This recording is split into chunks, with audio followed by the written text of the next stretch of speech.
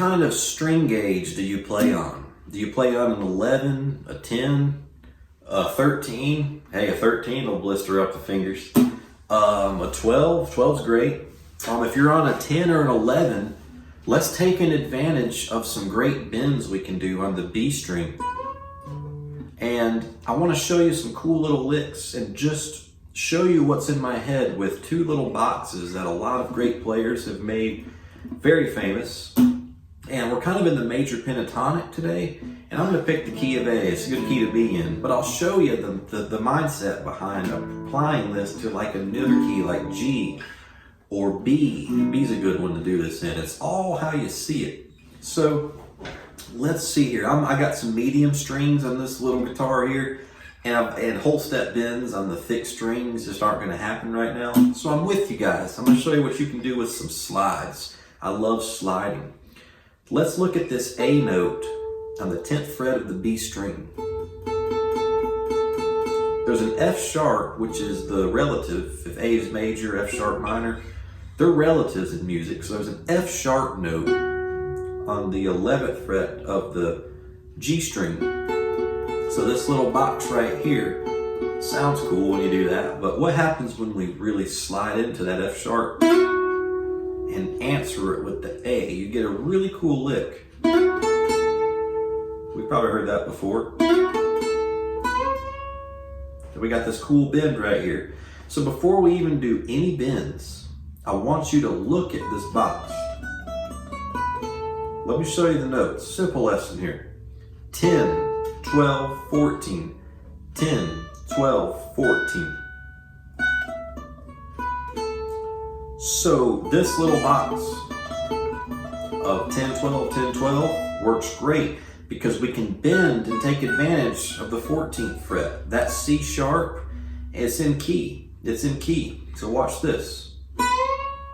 I'm bending from my 12th fret, a B note, to this C sharp on the 14th fret. Watch this. Listen. Practice that, and if you get close, if you're only,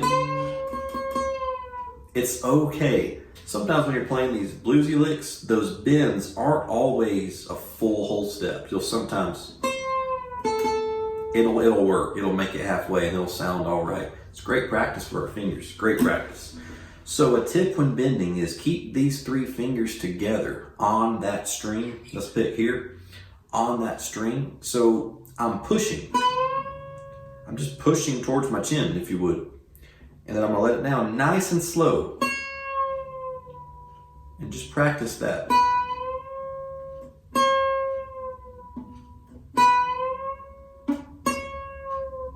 Control that bend.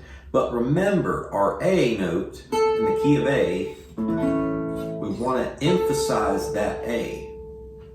So here's a cool box. There's that A. Now I'm going to bend my 12th fret up to the 14th fret twice. And I'm going to hold it on the second time. I'm going to come back down to A to create a little.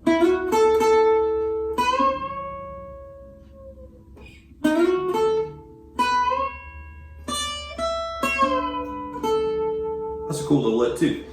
Let's go to that F sharp. A.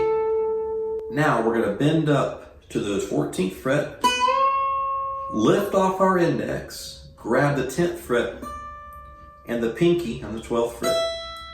That was it. Now let it down real tasteful. Back to A. That's a lick right there. Work on that lick.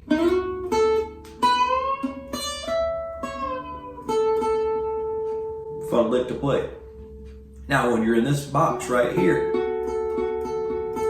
take this finger, slide it down 2 whole steps. Now you're here. You'll want to switch fingers by this point, but I'm just showing you that if you come down 2 whole steps, you've got another great major pentatonic box. So let's look at what we can do in this box. When you're in this box, that's 7, 9, 7, 9.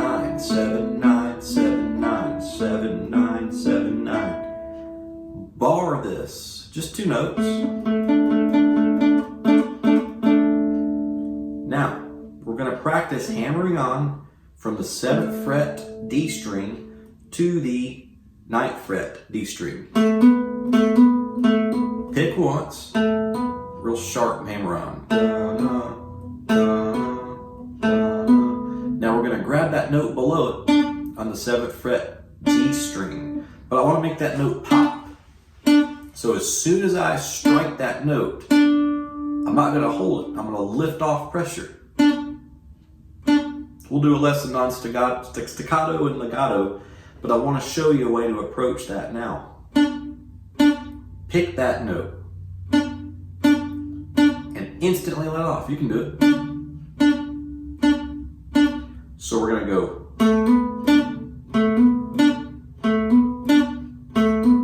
I'll slow it way down.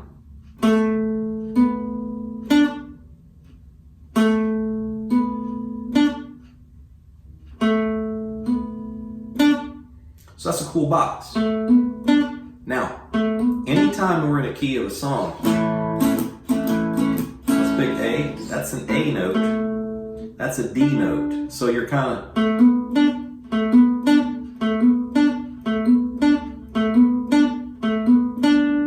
And A and D, it's a 1 and a 4. So that works well. Here's your 1 chord would be A. D's your 4. So you're emphasizing a 1 and a 4. That lick works well. Now, we're in this lick. Hammer on here to the 9th fret with our ring finger. Now we're in this shape right here, this on 1 string. Take advantage of this. Slide up 1 whole step, and you're right back to the box we first discussed. So I think you'll have a lot of fun playing with these notes. I know I sure do. It's a lot of fun. Find an A major jam track and a blues, A major blues jam track, and just start going.